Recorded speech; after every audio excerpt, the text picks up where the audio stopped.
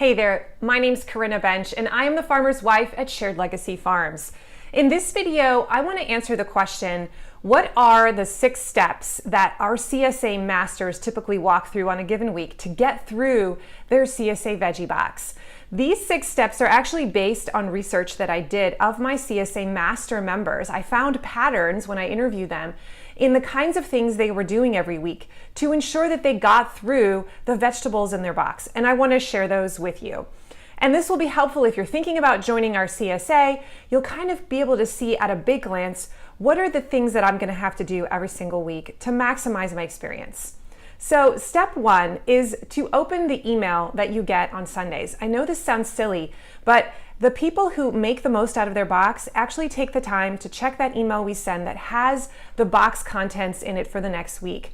There's something that happens in the brain when you start to see what you're going to get. You can begin to plot and plan so that when the box finally arrives, you're not completely overwhelmed and confused. You've had some time to think about it. So make sure you open up that email. We give you a newsletter, we give you the What's in the Box illustrated guide, and a list of the things you're going to be getting.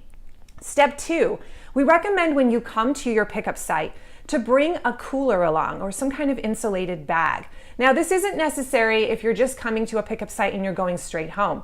But if you're going to be shopping the market afterwards or you're going to be running some errands, you really don't want to have those vegetables or fruits or cheeses that you've picked up from us in your hot car for an hour. So if you bring a cooler that has some freezer bags in it, it protects your produce. And what that means is that the life of your produce will be extended. Things won't rot as quickly and you'll have more time to get through them.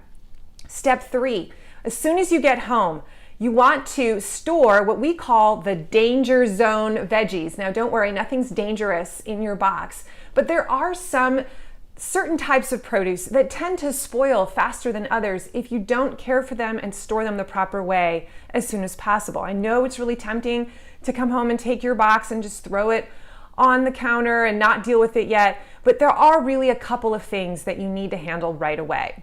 And if you don't, they'll spoil faster or the quality will be diminished. And here they are. The 2 categories are carrot tops and greens. So it's really simple. If you get carrots, you just got to come home, chop off the tops, and put the carrots into a special bag in the refrigerator. Now, if you have any kinds of greens like lettuces or beet tops or arugula or mesclun mix or salad greens, you want to get those into a green bag, which looks like this, a Debbie Meyer green bag, or you can just use a plastic bag and put it into your fridge crisper as soon as possible. Now, if you have the motivation to wash it and spin it dry, even better, you can stick it into a green bag with a paper towel. But it's really important that you get those greens into a fridge as soon as possible because otherwise they get limp. So deal with the danger zone veggies or you'll be sorry. Step 4, take inventory of what's still in your fridge. Now, this is not something that everybody did that I interviewed, but a lot of them did, so I thought I should include it. What our masters tend to do is before they dump all the new contents from their box into their fridge, they'll take a look at what's still in there. And in many cases, they'll actually write it down on some kind of a sheet. So this is a resource that I provide for our CSA members. It's a what's in your fridge checklist, but you can just make a piece of paper and write down all the things that are in your new box that are going into your fridge. And then keep track of the ones that are still in there that you haven't used yet. And what I like to do is circle the items that are still in there that really need to go fast, that I need to try and use in the next week or 2. So that helps me when I take a look at my fridge. I just stick that list on my fridge. When I walk by and I see something that's circled, I know I need to prepare a meal. I need to start thinking about a meal that I can make that will use those ingredients. This is a really helpful way for people to not let their produce get lost in the back of the fridge, which I know happens to so many of us. So keeping track of your inventory seems to be something that a lot of our masters do.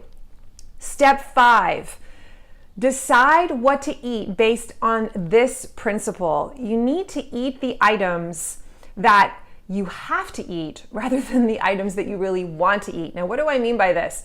You should eat the danger zone veggies first. So all the vegetables that are going to spoil faster, those are really the ones that you should eat first during the week. You shouldn't wait 5 or 6 days to finally get to that lettuce mix because they may not be as good quality. So our CSA masters have learned that I don't always eat what I want to eat first.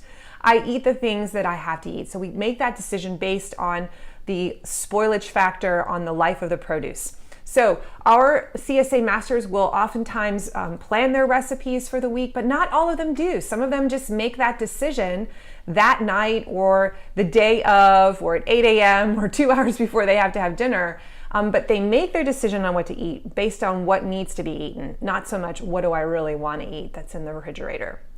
I thought that was a really helpful insight when I did my research, and it was something that almost every single one of our masters mentioned. And then finally, step 6, when you get to the end of the week, before you go to pick up your next box, a lot of our CSA masters will do a quick scan of their fridge inventory.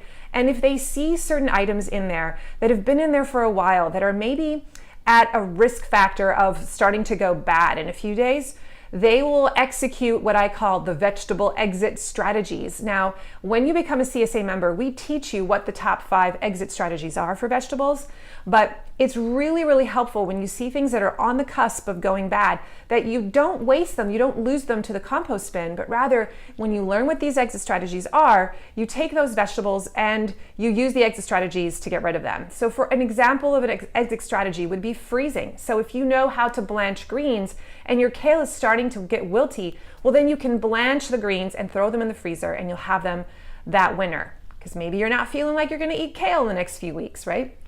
Or if you're starting to get overwhelmed with corn, which happens to a lot of our members, we teach them how to blanch corn. So you get to the end of the week and you feel like, man, I'm gonna lose the corn. You execute an exit strategy and you blanch the corn and freeze it, and you will thank yourself in December when no one else can get corn. So there are several other exit strategies that we teach you when you're a member of our CSA inside our academy and our Facebook group, but learning what they are and then executing them is a strategy that many of our CSA masters do. That's it. Those are the top 6 steps. Now, we also have a private Facebook group for our members, which we encourage you to take use of during the season. Come in and see what other people are posting. What kinds of meals are they making with their box contents? What kinds of questions could you ask and get their insight? What kinds of kitchen equipment questions? That's a really popular one as well. Use the community to help you get better at learning how to eat farm fresh produce and how to eat seasonally. This community is an amazing resource and feature. We also have something called the SL Farms Membership Academy. This is an online academy, like a school, a training library, where all of our videos and cheat sheets and resources and veggie ebooks live, and you can easily find some kind of helpful tool to help you get through your box. I hope this was helpful. If you are ready to join our CSA, you can go to sharedlegacyfarms.com and sign up to get your veggie or fruit box or cheese or coffee or eggs or whatever you want. We are here to serve you and guide you into seasonal eating.